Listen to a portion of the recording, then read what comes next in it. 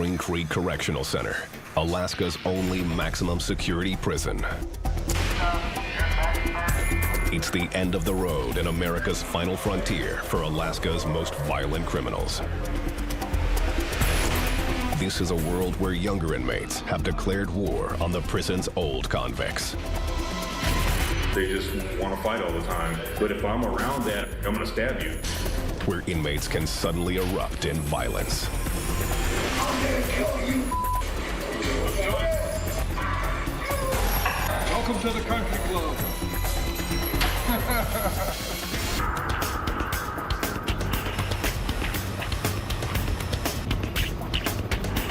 Spring Creek Correctional Center in Seward, Alaska. The prison was built in 1988 to house the state's most violent offenders. Hardcore felons, rapists, and murderers who will spend the rest of their lives here. Felons like Victor Stern. In 1988, he was living in Anchorage, selling drugs, when he murdered a store clerk. They gave me 99 years with no parole. That's what I was given. I shot somebody. From a control tower that dominates the compound, officers are armed with assault rifles. Essential firepower if things get out of control.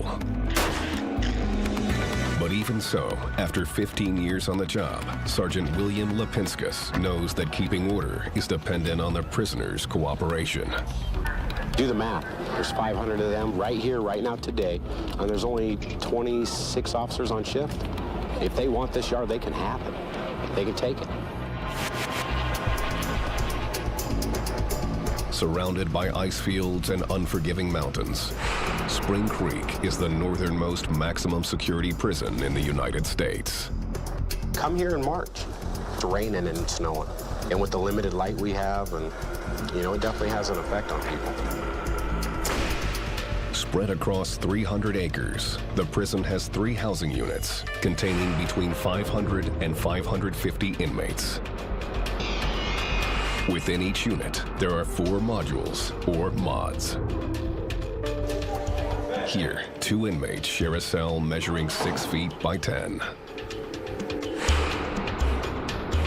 House 2 and House 3 are for inmates in general population.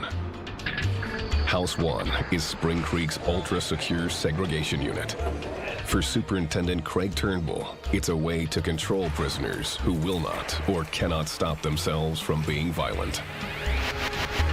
Prisoners there are locked down for approximately 23 hours a day, single-celled, and they have 1 hour of recreation and a shower a day. It's just the highlight of their day.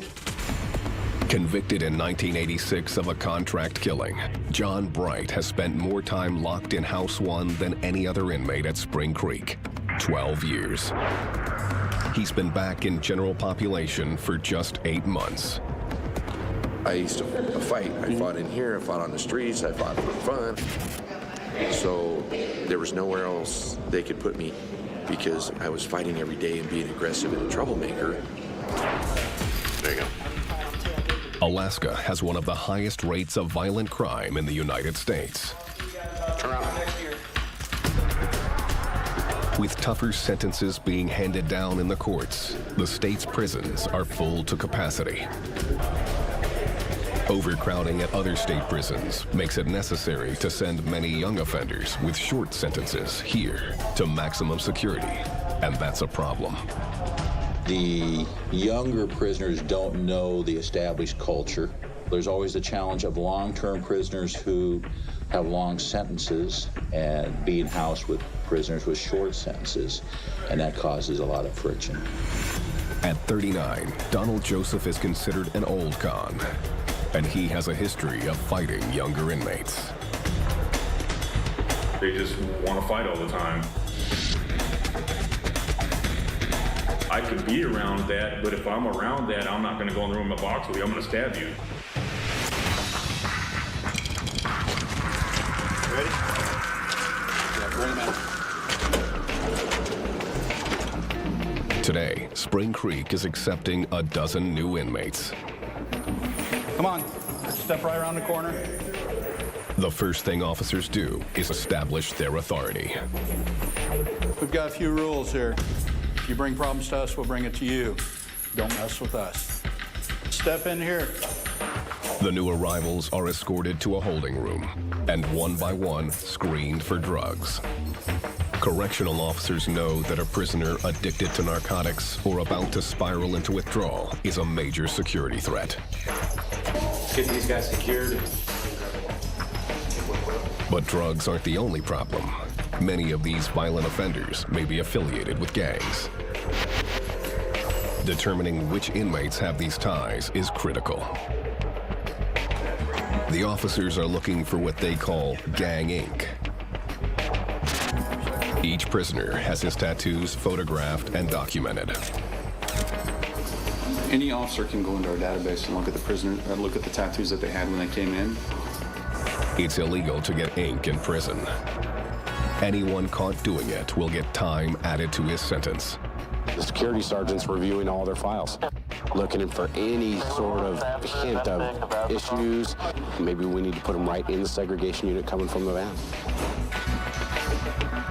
Post 2, can you activate Post 3 and 54 Bravo, please? Prison officials are vigilant about young, more violent inmates with something to prove. Don't have to go, sir. Come on. You. The younger kids that are coming through here, they act like this is a rite of passage, coming to prison. Lifer Victor Stern agrees. So you got all these young cats going in, so now the whole demographic has just changed. I mean, these guys don't care. They're just in and out. They got nothing to lose. Sean Belknap is the type of kid Stern has a problem with. He has a long criminal history of assault and auto theft. He's currently serving 40 months for violating his parole by driving while intoxicated. His short sentence means correctional officers and lifers will be watching him closely. Belknap, BE okay? NAP. An inmate like Belknap would normally serve time in a medium security facility. But due to overcrowding and a reputation for violence, he's here at Spring Creek. I've been in and out of the system most of my life, so fighting has been a big thing with me. So usually I go to a medium facility, but not now. For Belknap and other new inmates, violent confrontations like this one in the gym are common as they try to establish their place in the pecking order. Officers use pepper spray and contain the fight within seconds. The perpetrators are led in handcuffs to segregation, House 1. Convicted murderer and lifer Ronald Smith has been in Spring Creek for the last 7 years. He's seen his share of fights started by young short-timers. So I got young punks running around here acting like they're all badass, and it's like, whoa, slow down, you know what I mean? Cool your jets. This ain't no game, man. You taking it like it's a vacation because you're going home in 60 days, in 1 year, 18 months, whatever it is. You know, I'm going for an 85-year, bid. This isn't fun. You know, I mean, and in real jails, people lose their lives behind these walls every day. The old-timers, they're used to the schedule. They know what to expect from us. We know what to expect from them. These new guys, they come in here and they act like we're going to reinvent the wheel just because they're here. And none of them want to do life. They want to just get a little taste of it so they can go out on the street and tell their friends, I've been to prison. They act like I'm in the big house now and I own it. Well, you don't. And then there are prisoners like these. The prison's 54 mentally ill inmates. Assigned to Echo Module in House 2, many of these inmates can be extremely unpredictable and violent. They can become unstable in a very short period of time from a person who recognizes you one day and has no idea who you are the next day. Up next, a mentally ill inmate snaps and must be restrained. And later, a new prisoner tries to gain status with his fists.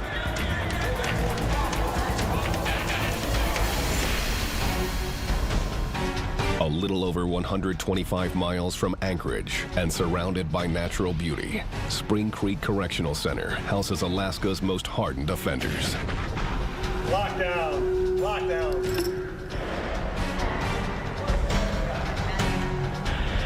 And deep inside this maximum security prison in House 2 is a unit holding the most volatile prisoners.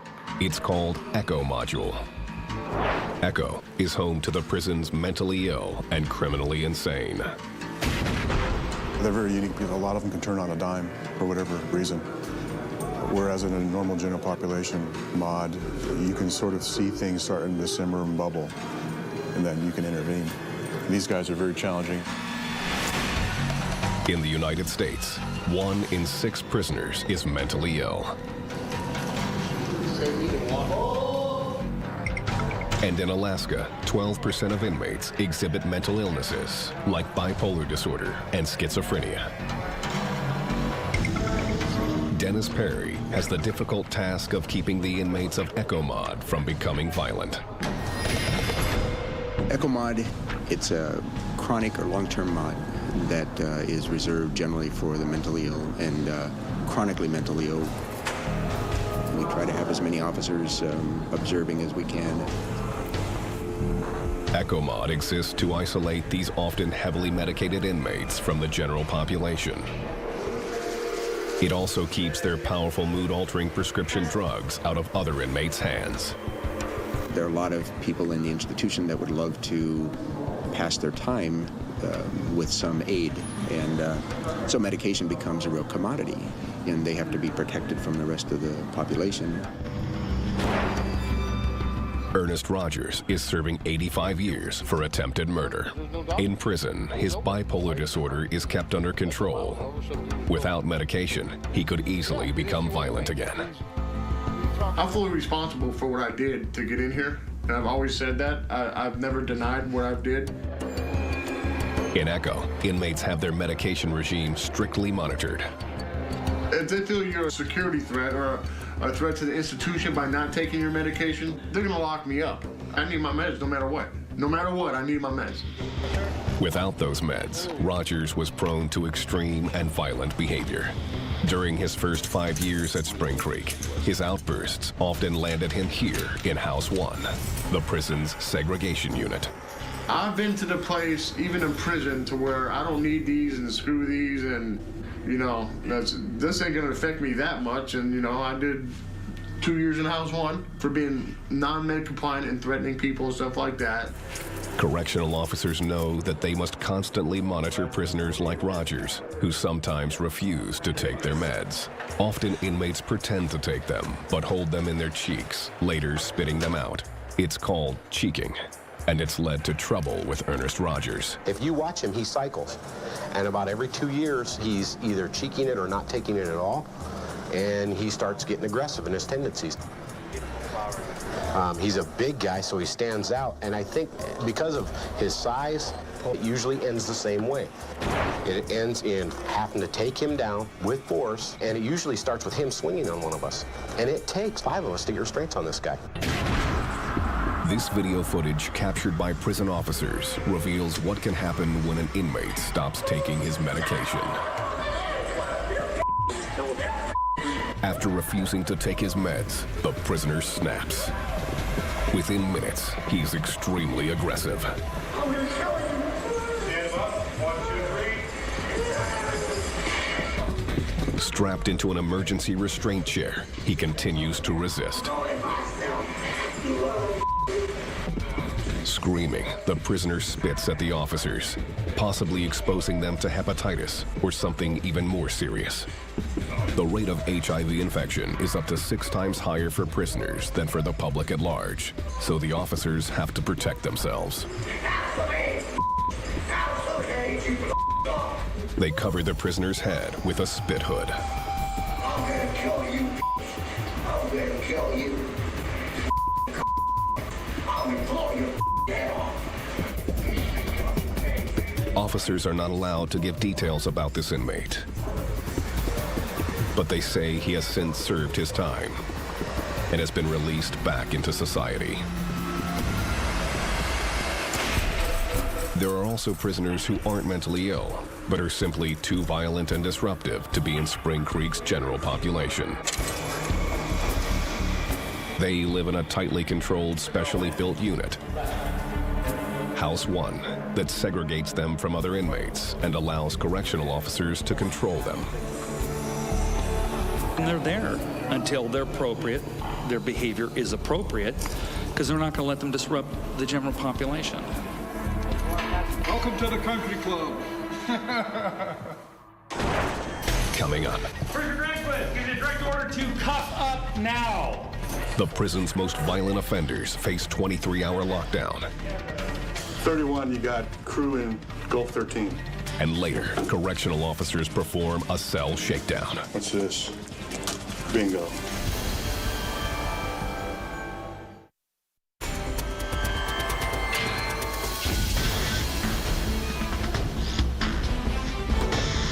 Spring Creek Correctional Center, located on the isolated Kenai Peninsula in Alaska. They call Alaska the last frontier. It really is, because a lot of people are oblivious to what goes on up here. But for some inmates, this isn't isolated enough. They're so disruptive or dangerous, they need to be kept in House 1, the segregation unit. Here, there are 64 6x10-foot cells. All inmates in segregation are kept in lockdown 23 hours a day. It's a jail within our prison. House 1 also houses our maximum security prisoners who have been classified as disruptive to the facility, a danger to other prisoners. Each prisoner here is allowed 1 hour outside of his cell for recreation. The small individual exercise spaces are surrounded by concrete and razor wire. Put your hand on the wall. Do it now. Okay. Going House 1. For what?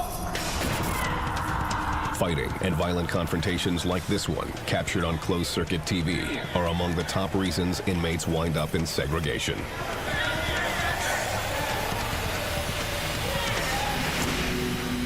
Donald Joseph has been placed in segregation many times. He's a violent offender, serving time for attempted murder.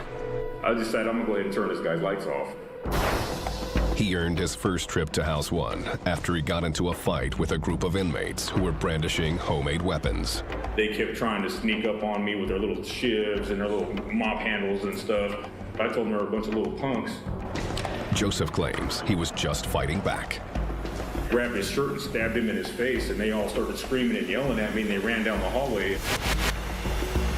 After officers broke up the fight, they put him in segregation. Surrounded by violent offenders like Joseph, the correctional officers take no chances. Here, all movement of inmates is strictly regulated. At all times, prisoners are in chains, escorted by 1 or more officers.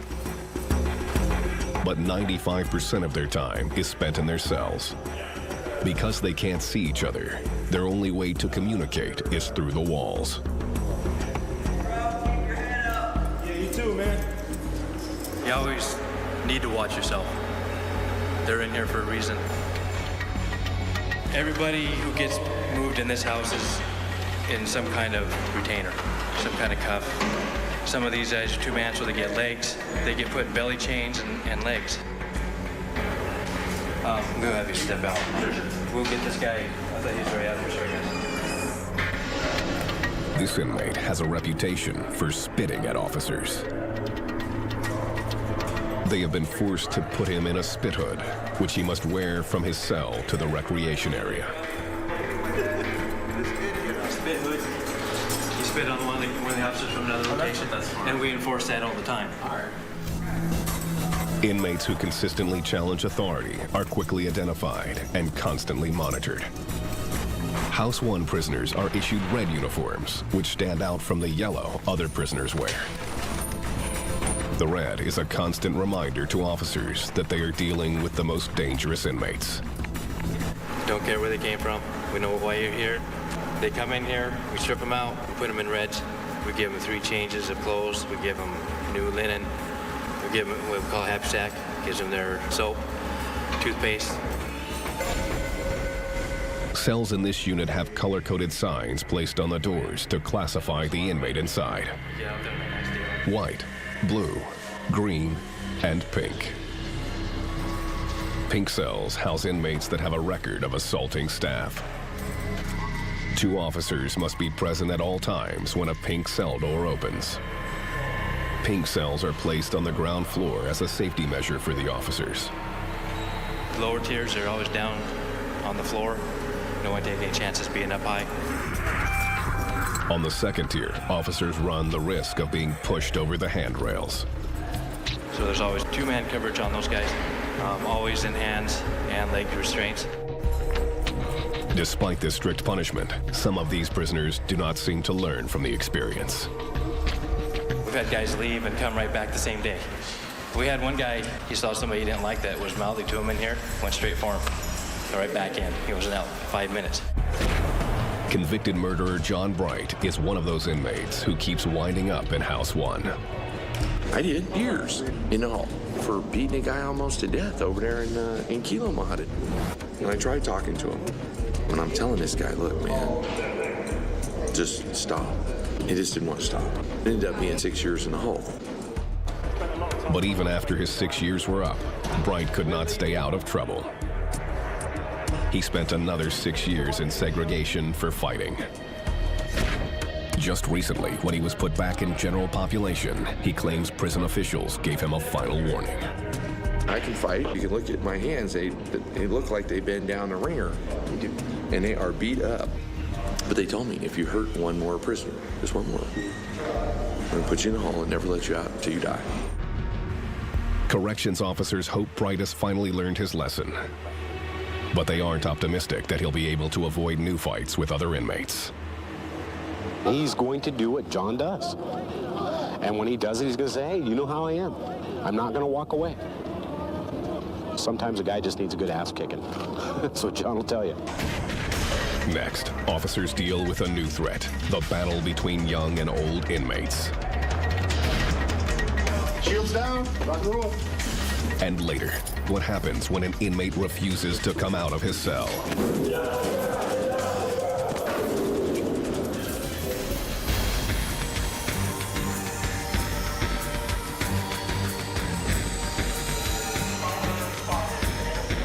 Alaska's Spring Creek Correctional Center.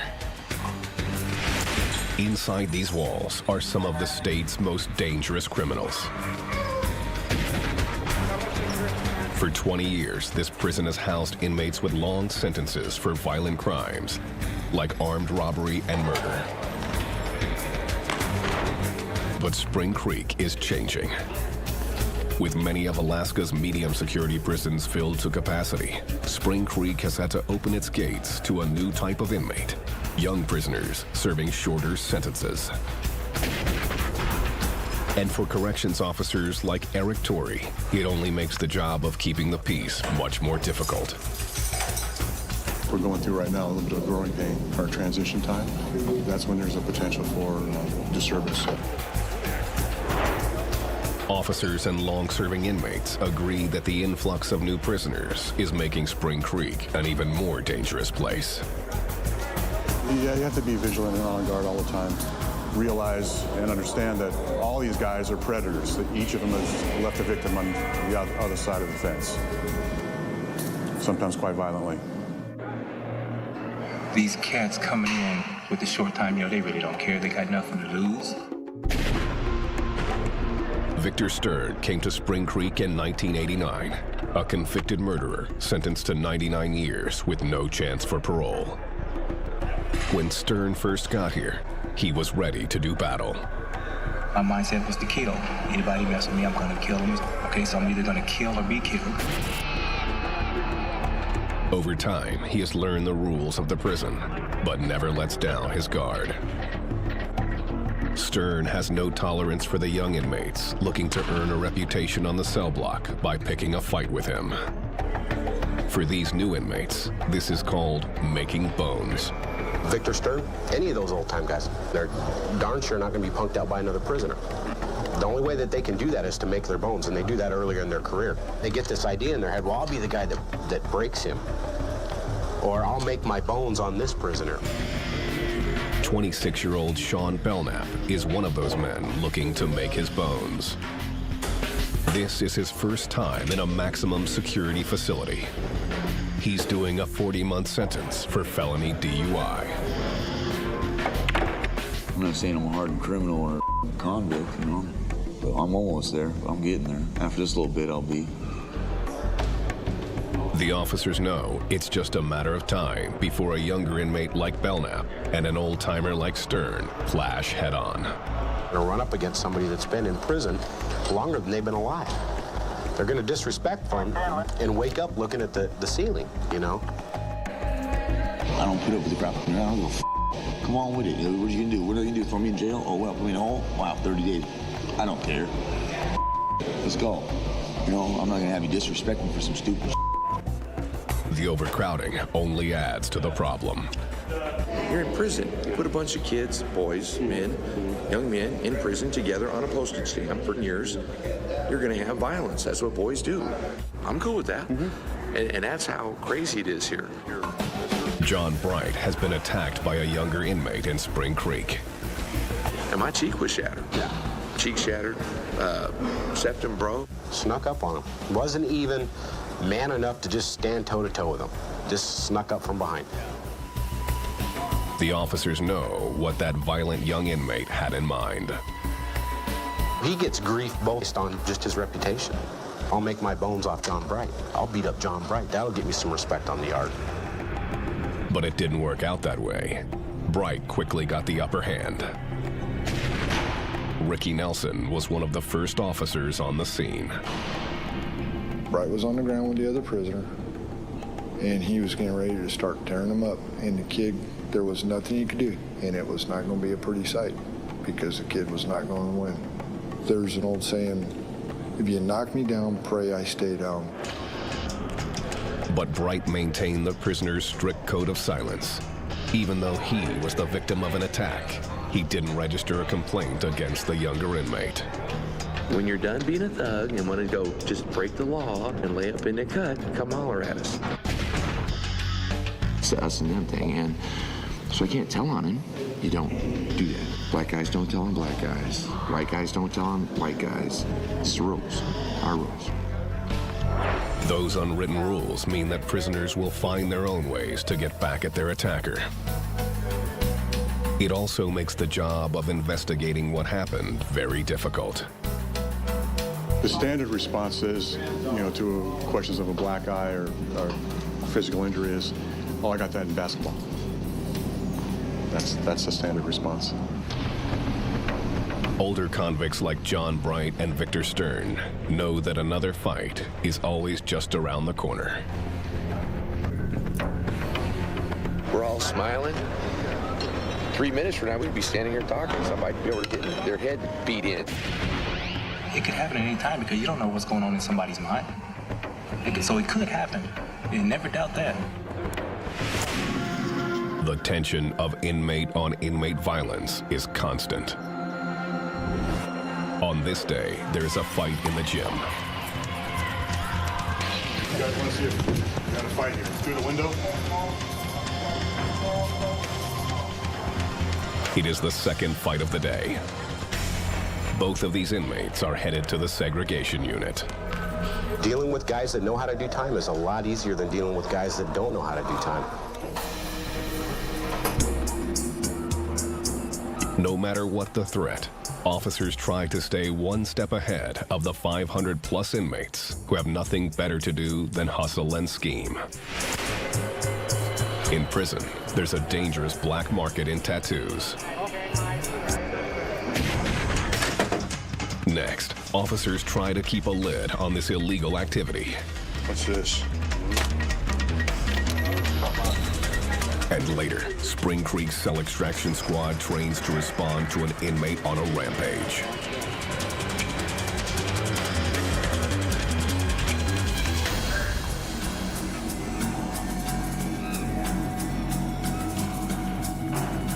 At Spring Creek Correctional Center in Alaska, there's constant tension between inmates and staff.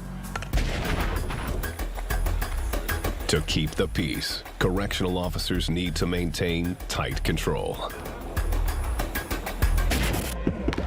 Closed-circuit cameras caught this fight in the entrance to the gym.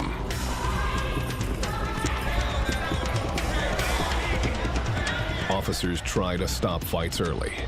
They know that small fights can escalate into big ones. My primary concern when I find somebody that's beat up like that, is it over?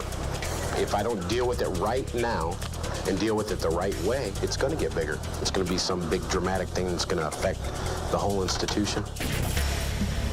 To stay on top of these situations, Officer Ricky Nelson remains on watch, looking for subtle changes in inmates.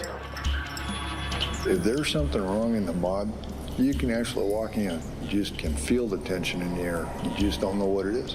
And you start going around talking, do a general barometer check. You know, you got your key prisoners you can talk to and work from there.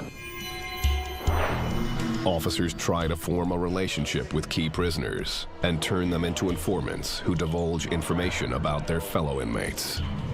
But if an inmate gets a reputation as a rat or snitch, he will pay a heavy price. There's rats in my mod. I tell them, I don't know why the you're talking to me, but if you ever talk to me again, I'm gonna slap your mouth out there to the bay and the sea otters are gonna play with your lips. There's a dude, he's wound up there because every mod he goes to, he tells, and he openly tells. You know, the only solution for this dude is to kill him. Information obtained from inmates often results in cell searches. For Officer Eric Torrey, it's a constant cat and mouse game. He knows that while he watches the prisoners, they in turn are watching him. I'm only here half the time. They're here all the time. And they probably know more about me than I know about myself. My mannerisms, my habits that I take for granted, they're very much attuned to those. They know what they are. So I accept that, and I just try to be as spontaneous as I can. 31, you got crew in Gulf 13. Conducting a cell toss is one way officers can stop fights before they begin. The prisoner is very particular and organized. Now, I'm looking around here, I see one piece of disorganization. Spring Creek's officers regularly discover homemade knives or shanks and drugs. In this cell, Torrey doesn't find a weapon, but something almost as valuable. I go through all these books, but I have a target area here I'm focusing on. What's this? Don't move. Bingo. One tattoo device. Motor, battery, needle, whole deal. Following the discovery of the tattooing equipment, the inmate will face the prison's disciplinary board and be sent to segregation if charged. Tattooing with dirty needles causes infection, creating a major health hazard, and can spread hepatitis or HIV. Inmates may also use their tattoos to advertise their gang affiliations. Despite the efforts of officers to clamp down on this underground activity, tattooing remains a big part of the prison's culture and its black market. With low-paying prison jobs as the only legitimate source of income, tattooing is one of the oldest ways to make the cash prisoners can turn around and spend on contraband. I'm trying to get my little hustle on, trying to make money. So I gave this guy some commissary for this motor and decided that I'm a tattoo guy now.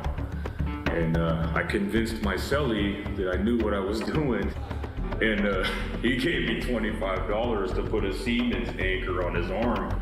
And before you get to work, you gotta have your DEFCON 1 escape plan. Okay, so I got this kid watching for us, and he goes, "Ray!" They're screaming, lock down now."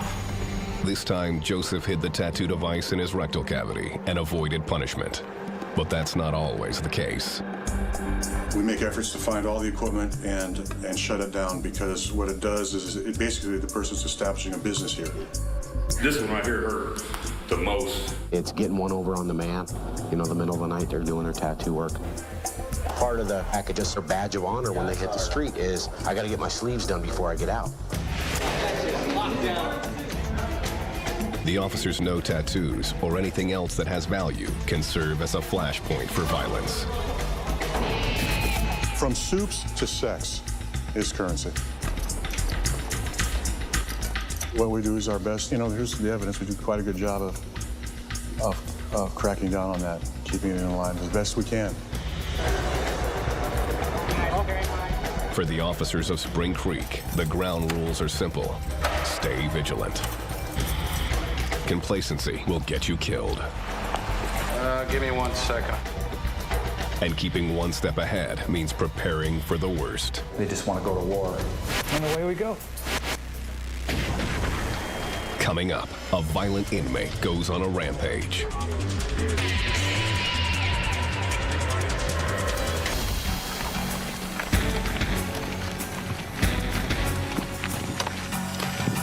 The #1 job for officers at Spring Creek Correctional Center in Alaska is to keep the peace. Some inmates here are locked down for up to 23 hours a day. But sometimes officers order prisoners to leave their cells, whether for medical treatment or cell inspection, and all inmates must obey. Let me talk to you. Need to have you come over the door and let's cuff you up. Get you over to talk to mental health. If a prisoner refuses to leave his cell, officers must call in a specially trained cell extraction team. And it's the prisoner's decision that the team assembled, because we afford them every single opportunity to comply. You have to come out, and this always has and always will be our last resort.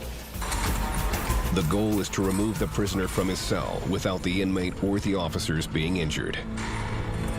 It is one of the most explosive and dangerous parts of an officer's job. Handling this situation requires extensive training. So strike and That's why Sergeant Gary Elvey is training Spring Creek's elite 6-member extraction team. okay, you know your way home from there. Be sure of your target as well as your surroundings, because he's coming. He's been with the team for over 5 years. The training is for a cell extraction. I'm just back in the medical department in the facility in one of the isolation cells. This particular scenario calls for an extraction of a potentially mentally unstable prisoner. We have a prisoner who is refusing to be restrained to come out for medical treatment. The inmate, played by an officer, is not taking his medications. Arm. We'll start with officers on the shield, arm, legs, and then come back in. So we try to get it as realistic as we can. The officers must enter the cell and forcibly administer the drug. We'll go at your pace, okay? You guys are gonna go at his pace. He's gonna dictate it. First, the officers order the inmate to put his hands through the hatch so he can be cuffed. Come to the door and cuff up. You need to cuff up! When the prisoner doesn't comply, the team prepares to enter the cell. They secure their protective helmets, vests, and shields. Shields down. Rock and roll. Then they enter the cell. The team swarms the prisoner and takes him down. Stop resisting! They restrain him with cuffs on his wrists and ankles. Then they lead him out of the cell and administer medicine without injuries on either side. This drill and others like it are repeated until LD is convinced the team is prepared for any move a prisoner might make. Stay focused. Line up, get your position, get your tools, tap in. The most dangerous extractions often happen in the segregation unit. That's what happened with Donald Joseph, who's serving 26 years for attempted murder. While on lockdown in his cell, Joseph was accused of refusing to give up his food tray. It was a small but important challenge to the officer's authority, and they called for an extraction team like this one. They'll just get on the radio when they're picking trays up at dinner time and say, so-and-so refused to give us his tray. And then they'll put the curtains, they got black curtains, they'll put them all over all the windows so that nobody can see.